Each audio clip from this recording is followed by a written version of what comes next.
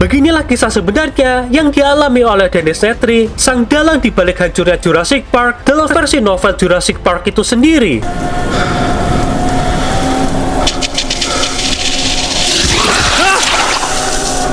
Spit. The animal had spit on him.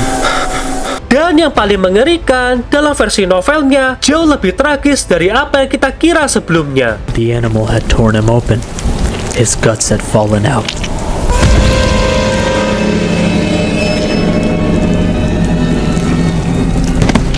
Penasaran bagaimana alur ceritanya dalam versi novel Jurassic Park karya Michael Crichton ini? Dahlah nonton sampai kelar agar kamu makin paham sama cerita Jurassic.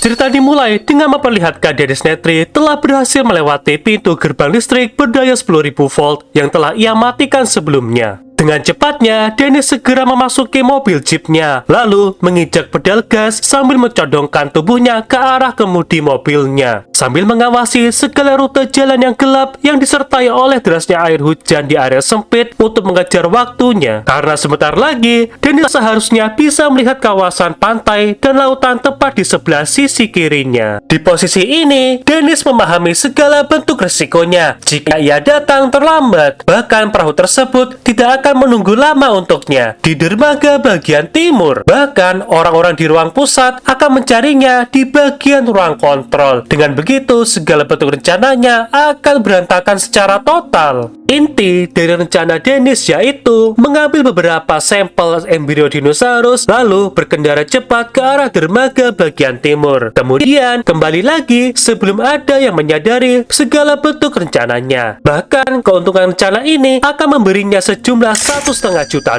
setara dengan penghasilannya selama 10 tahun dalam satu bayaran dengan bebas pajak, dan itu akan mengubah nasibnya. Bahkan Dennis sampai menyuruh Dodson untuk segera menemuinya di area bandara San Francisco dengan tujuan agar Dennis bisa melihat banyaknya uang secara langsung tepat di hadapannya. Sebenarnya Dennis Nedry memiliki motif tersembunyi karena ia memiliki bukti hasil rekaman pembicaraannya dengan Dodson sewaktu pertemuan awalnya. Dengan begitu, Dodson tidak akan bisa mengelak atas sisa pembayarannya tersebut. Disinilah aksi Dennis Nedry baru saja dimulai. Ia berhasil membawa salinan rekaman beserta embrio dinosaurus yang ia curi dari dalam laboratorium untuk diserahkan langsung kepada Dodson. Namun, sekeras apapun juga, Dennis mempersiapkan rencananya. Badai malam itu datang dan merusak segalanya. Di tengah kekacauan dan gelapnya malam, Dennis dikejutkan oleh kemunculan seekor possum. Ia pun sempat heran.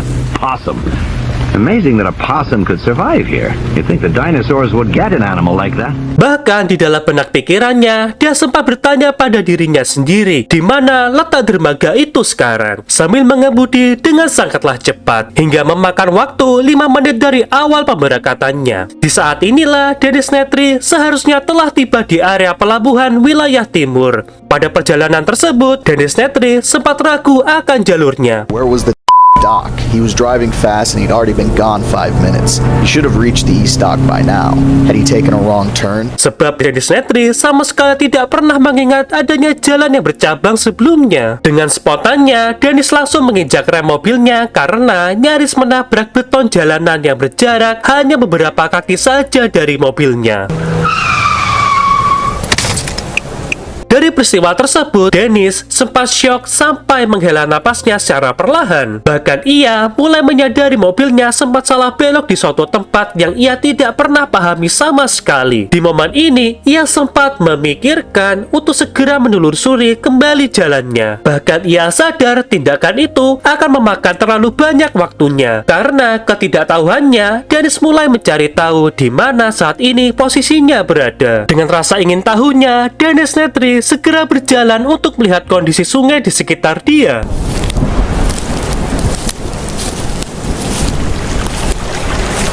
Di saat ini, dia memikirkan berbagai macam kemungkinan yang ada, sambil melihat jam tangannya. Bahkan mulai menyadari waktunya telah terbuang lebih dari 7 menit dari waktu rencananya.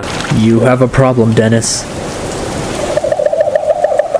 dengan kondisi yang tidak menguntungkan bagi dia. Saat Dennis mulai berpikir untuk menghidupkan kembali seluruh sistem komputer taman, langkah Dennis mulai berhenti karena mendengar suara yang mirip beruang hantu. Nedry paused. That didn't really sound like an owl. Ia mulai menyadari akan sesuatu yang besar dan perlahan mulai mendekati tempat ini.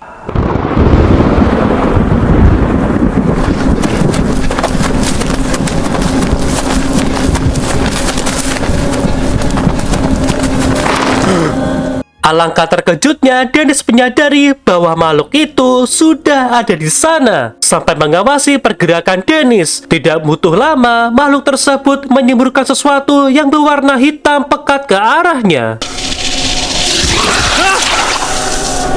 Spit. The animal had spit on him. Bahkan makhluk tersebut mulai menyemburkan air liurnya untuk kedua kalinya. Jesus, it was disgusting.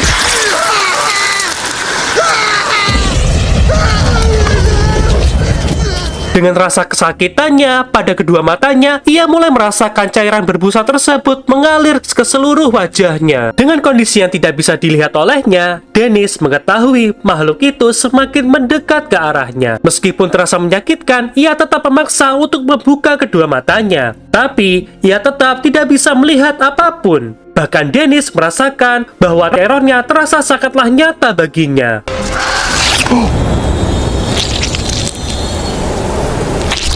The animal had torn him open. His guts had fallen out. Makhluk itu mulai merobek kulit perutnya sampai isi perutnya terburai keluar. Hingga Dennis mulai merasakan rasa sakit yang tidak pernah dia bayangkan sebelumnya. Dengan menahan rasa sakitnya, Dennis mulai sadar kepala makhluk itu kini telah mengangkat kepalanya di dalam rahangnya. Had his head in its jaws.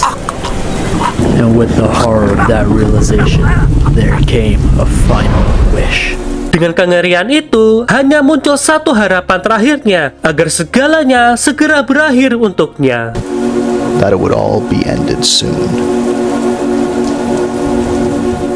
Sebelum St. Arian Analysis menutup alur cerita yang bersumber dari novel Jurassic Park karya Michael Crichton, St. Arian Analysis mengucapkan terima kasih banyak kepada InGen 2D terkait animasi ini. Jujur sih, tanpa beliau, St. Arian Analysis gak tahu gimana lagi untuk ngejelasin alur novel ini kayak gimana lagi. Apalagi, dalam chapter ini sangat penting banget untuk perbandingan film maupun novelnya. Well, sekian alur cerita kematian tragis Dennis Nedry versi novel Jurassic Park karya Michael Crichton pada chapter Nedry. Nantikan alur cerita novel Jurassic edisi selanjutnya. Terima kasih telah mendengarkan segala isi pembahasan dalam video ini. Jangan lupa untuk selalu mendukung channel YouTube St. Arian Analysis agar algoritma YouTube selalu merekomendasikan segala bentuk konten pembahasan Jurassic pada channel ini. See you and goodbye.